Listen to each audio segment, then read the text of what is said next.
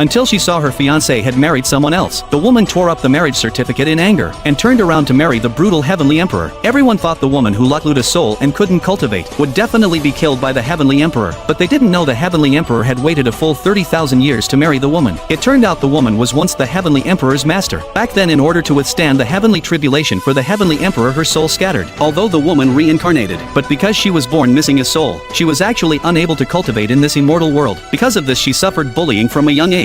Only her sweetheart never left her side. Just when she thought she could finally be happy, who would have thought on the wedding day, he actually married her scheming younger sister. It was said the heavenly emperor was brutal and bloodthirsty. The parents feared the scheming younger sister would be chosen, so they had the scheming woman be the principal wife and marry together with the woman. But the woman was unwilling to be a concubine, so the scheming woman sent her flying with a palm strike, vomiting blood and collapsing. At this time, the heavenly steps suddenly ended. The woman finally realized the heavenly emperor had chosen her. Then the woman resolutely stepped onto the heavenly steps. The woman who had just arrived in the heavens was dressed simply, and because she couldn't cultivate, she also had no magic, so she was bullied at will by two female immortals. Then she hurriedly explained she was the immortal empress chosen by the heavenly emperor, but the other party laughed at her for having delusional thoughts, and used magic to tie her up, whip and beat her. At this time the woman fled in terror, but the two became more and more excited. Even when the woman was hit by a fireball and fell, the two still refused to stop. At this time the heavenly emperor sensed the woman was in danger, and immediately set out to receive her. At the critical moment, the heavenly emperor intervened, and caught her just as she was about to fall into the water. At this moment the heavenly emperor had already waited 30,000 years. At this time the heavenly emperor silently vowed, in this life he would definitely protect her. So the heavenly emperor heavily punished the two female immortals who bullied the woman, then carried her back to the room to treat her injuries. The heavenly emperor gazed at the woman's gentle appearance, couldn't help but make the old immortal sigh with emotion. The little immortal lord awaited for 30,000 years was finally about to arrive. Under the heavenly emperor's attentive care, the woman quickly woke up, but upon opening her eyes she was so startled she kept retreating, thinking the brutal heavenly emperor would punish her. Who would have thought he instead gently comforted her, and even promised to establish her as the immortal empress. Seeing the gentle heavenly emperor before her, the woman felt a strange familiarity welling up in her heart. Afterwards the heavenly emperor held a grand wedding for her, bringing her back to the place they loved in the past, using magic to conjure the firefly FSY loved most, watching her smile so innocently and brightly. So the two held hands and made a vow. In this life there would only be each other. Very quickly the woman became pregnant. To make the woman happy, the heavenly emperor took her to the mortal world for a change of pace, selecting clothes for her and the baby at the most expensive shops. He even booked the entire store for her. The woman originally thought her hardships were over, but unexpectedly at this time the scheming woman walked in. Seeing her favorite clothes on the woman's body, she instantly flew into AR, all because this piece of clothing was priceless. Even her husband wasn't willing to buy it for her, so the scheming woman immediately decided the woman had stolen from the immortal palace and come out to sell it. No matter how much the woman tried to explain, the scheming woman didn't believe her, then immediately wanted to take action against the woman. Fortunately, the heavenly emperor arrived in time to save her.